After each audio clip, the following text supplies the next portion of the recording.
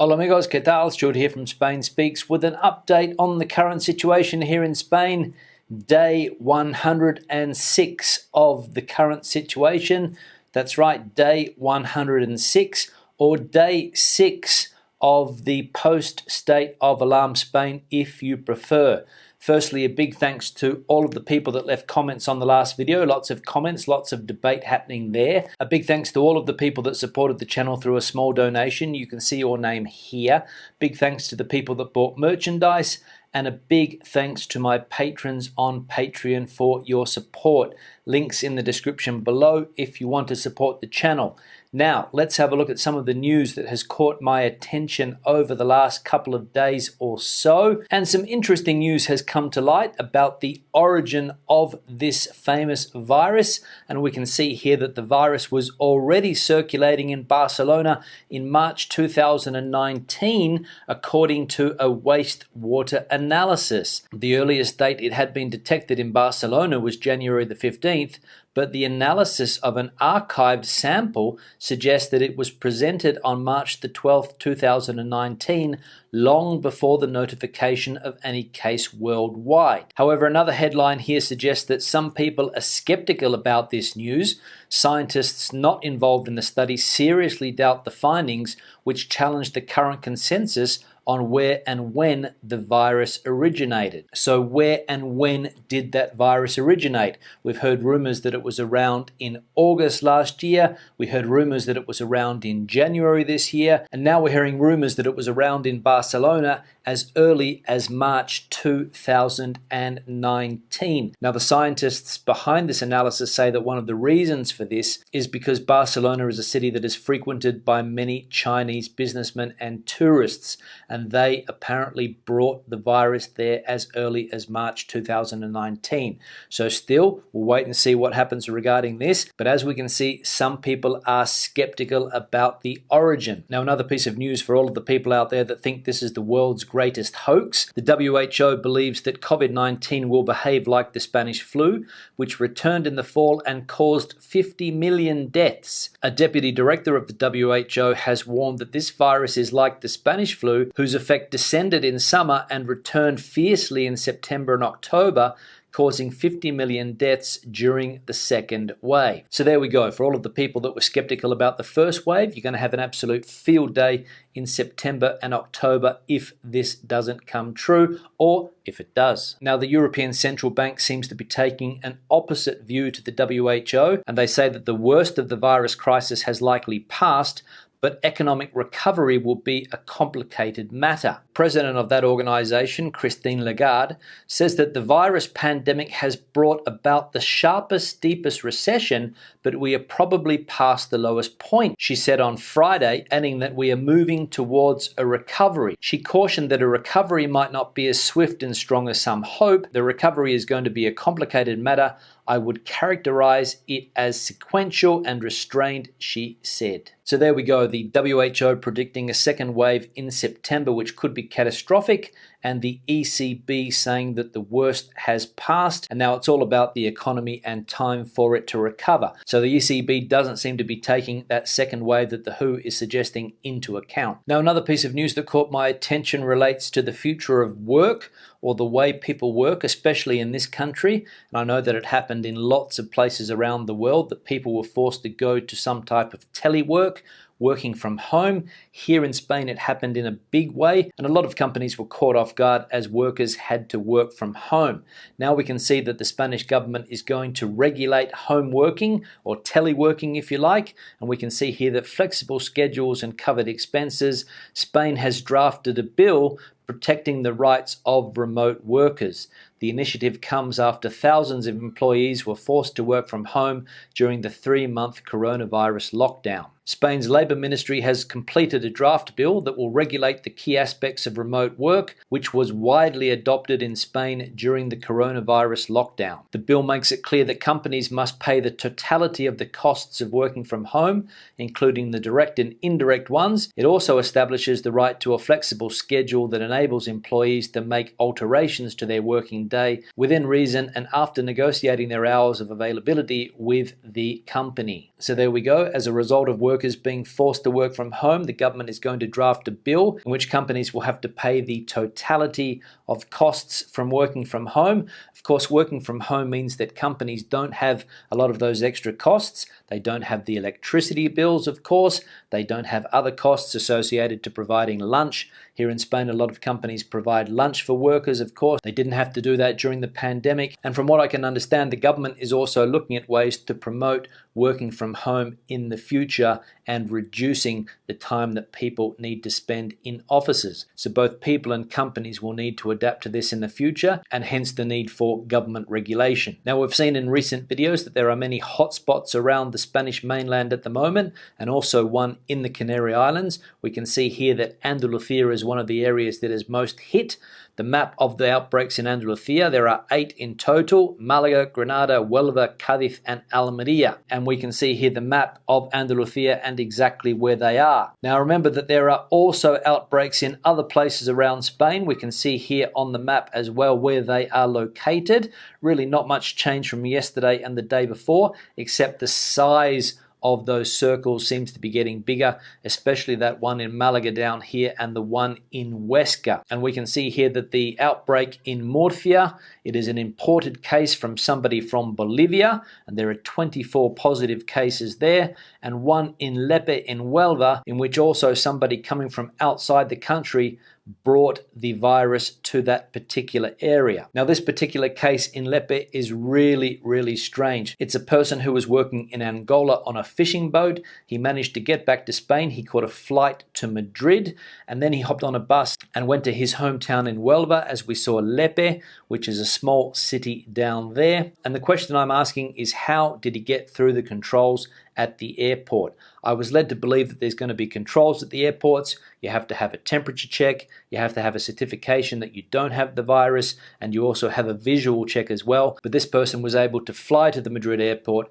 go through customs, obviously no check, or the people that did check him didn't seem to think he had anything wrong with him, hopped on a bus and went to his hometown, and now there's 61 active cases in that area, and people are worried. So again, how did he get through the controls? Now, this is also the first weekend after the state of alarm. Remember that the state of alarm ended last Sunday. And of course, we had the week where things started to pick up, get back to some type of normal. And of course, yesterday, the traffic jams returned to the roads, especially around the big cities of Madrid, Barcelona and Seville, and we can see here that there was more influx of cars on the roads as the first weekend without the state of alarm. Traffic jams in Madrid as the motorways leaving the capital registered several kilometers of traffic jams in the early afternoon this Friday for the first time since the start of the pandemic, on the first weekend with the possibility of traveling all over Spain after the decline on Sunday of the state of alarm. So next week I wouldn't be surprised to see more outbreaks around the country, as those huge numbers of people leaving the big cities here are traveling to coastal areas, are traveling to smaller towns, are traveling to all of the regions of Spain. And of course, it was one of the problems at the beginning of this crisis, so we'll see if it's going to be a problem in the next few weeks. But it is a characteristic here in Madrid, especially at the weekend and when it's hot, that people flee the city for coastal areas, and that's obviously what happens. So again, we'll see what happens over the next few days regarding possible outbreaks. Now let's have a look at some of the comments from the last video. First one here from IFFY Pete. Hi Stuart, we're coming to Spain in a week's time. As regards face masks, do we have to have a proper medical type mask, or can we use our homemade masks? Yeah, thanks for the question. There's lots of different types of masks circulating at the moment. The majority of people that I see walking around have one of these surgical masks because you buy them from the supermarket. They're fairly easy to get hold of.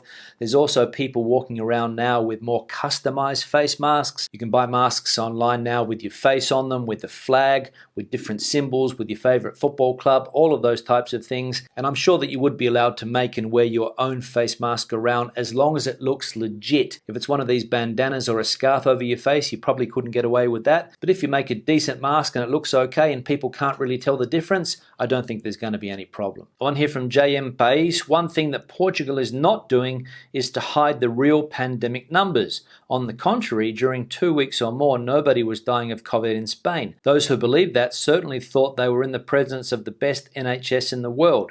For the same reason, some some Spanish newspapers are now not telling the truth about what is really going on in Portugal. The point is the fight for tourism, and some countries, Spain included, are not playing fair. Yeah, thanks for the comment. You might be right. This could be a tourism war that's going on. Spain is trying to rubbish Portugal. Portugal maybe tries to rubbish Spain. Greece is obviously there trying to get tourists as well. Italy, all of these countries are fighting for the same tourist dollar. And as we know here in Spain, tourism is a very important part of the economy, up to 12% in some cases, and in some particular areas a lot more. I think in the Canary Islands it's around 30% of the economy, and of course cities like Benidorm live from tourism. So there is a tourism war going on, there's no doubt about it. And the Spanish government haven't been telling the truth. There have been some dodgy statistics released over the last few weeks, and that could be the reason. I'm not 100% sure. And Portugal, as we saw yesterday, has decided to lock down many areas of Lisbon. So we'll see how that pans out over the next couple of days or next couple of weeks. One here from David. Ola Stewart, have a trip planned to Andalusia East end of August. Have purchased euros over the last 9 months at a good exchange rate. Will businesses accept cash or is it card only? My luck, it will be cards. Yeah, David, thanks for the comment. A lot of people probably in the same situation as you. They have a few euros stashed away and looking to spend them here this summer. Don't worry, every business still accepts cash. I don't think there's going to be a problem. Businesses are promoting the use of cards, and of course banks are also promoting the use of cards, but you can use cash. I used some the other day, had no problems, got my change back, no dramas at all. So you should be all right there if you come here with your euros, because at the end of the day, businesses want money and they don't care if it's in the form of cash or card. One here from Melissa. Hi Stuart, great work as always. A number of acquaintances haven't actually received their ERTE payments after all of these months. Have you seen any reports about this? Opinions vary whether it's corruption or just the usual bureaucratic incompetence. Would love to find out more about what's going on. Yeah, Melissa, thanks for the comment. There has been a lot of talk over the last couple of weeks about people not getting these payments. I have heard problems about corruption. I have heard problems about bureaucratic issues. I have also heard issues that some people didn't have the correct type of bank account. There's been lots of stories going on, and it is a tragedy for people that haven't got any money over the last 3 months. What's going on? I don't really know. I saw somebody reply to this comment and said that there's a problem with contracts, and that is one of the big problems here in Spain. There's a lot of dodgy work contracts going around. Maybe there's some type of irregularity with the contract. Maybe companies weren't declaring the proper social security or paying the correct tax, and maybe that has something to do with the fact that people aren't getting paid. I'm not 100% sure, but I'm sure that more stories like this will come to light over the next few weeks. One here from Sonny Crockett from Miami Vice. In Argentina, we're still in phase 0 lockdown till July the 17th, but I think the socialist government will extend it till September at least. Yes, Sonny, I saw that you had gone back to a phase 0 scenario there in Argentina. Not really sure what's going on down there. The government obviously feels that they can get away with another severe lockdown on the Argentinian people, and I feel a bit sorry for people down there in Argentina. I visited Argentina about 25 years ago, and I found people down there to be fantastically friendly, some of the most friendly people that I have met in my travels around the world, and all of the corruption and economic problems that you've had in Argentina over the years, and of course now this seems to be problem after problem after problem for Argentina, unfortunately. One here from Dakini Woman. So, will this be forever, wearing masks and all the rest of the rules? It's bad here in Canada, but not that bad. I'm sorry to hear this for all of you in Spain. I treasure every minute of the 9 years I lived in Spain from 1968 to 1977. I was fortunate to be there at that time because it became so developed. Marbella 2 years and Mijas Pueblo 7 years. Hi, thanks for the comment. Yeah, I don't think it's going to be forever. Obviously, there's no limit to these new rules that have been put in place, the wearing of masks and all of these new social distancing rules. We've seen in Asian countries over the last 20 years how wearing a mask has become quite common, especially when people travel around those countries. If you go to airports in Asia, Singapore, Malaysia, etc., Hong Kong, you often see people wearing masks. And of course, here now it has become part of the scenery. How long it's going to be around for, I don't know. I can't really say. And about your comment of being here in Spain in the 1960s and 70s, it must have been fantastic back then before everything got developed. I can imagine that Spain was completely different to what it is now, especially those coastal areas that have become victims of mass tourism and bad construction. One here from Jim. Hi Stuart, regarding the economy, do you think Spain would have been better off if they kept the peseta, as they could have devalued the currency?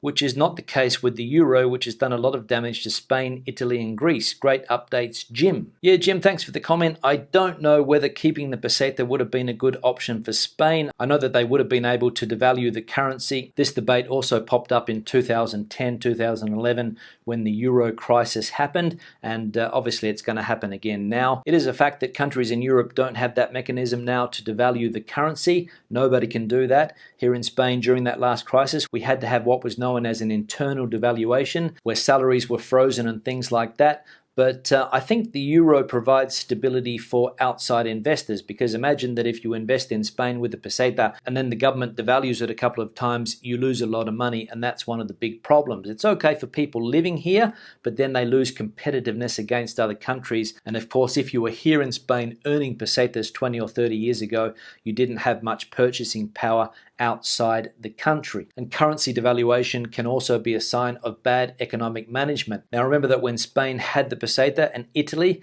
it was also the victim of huge inflation. I was looking through some documents recently and I found some of my first pay slips when I came to this country, and my salary in May 2000 was 294,000 pesetas.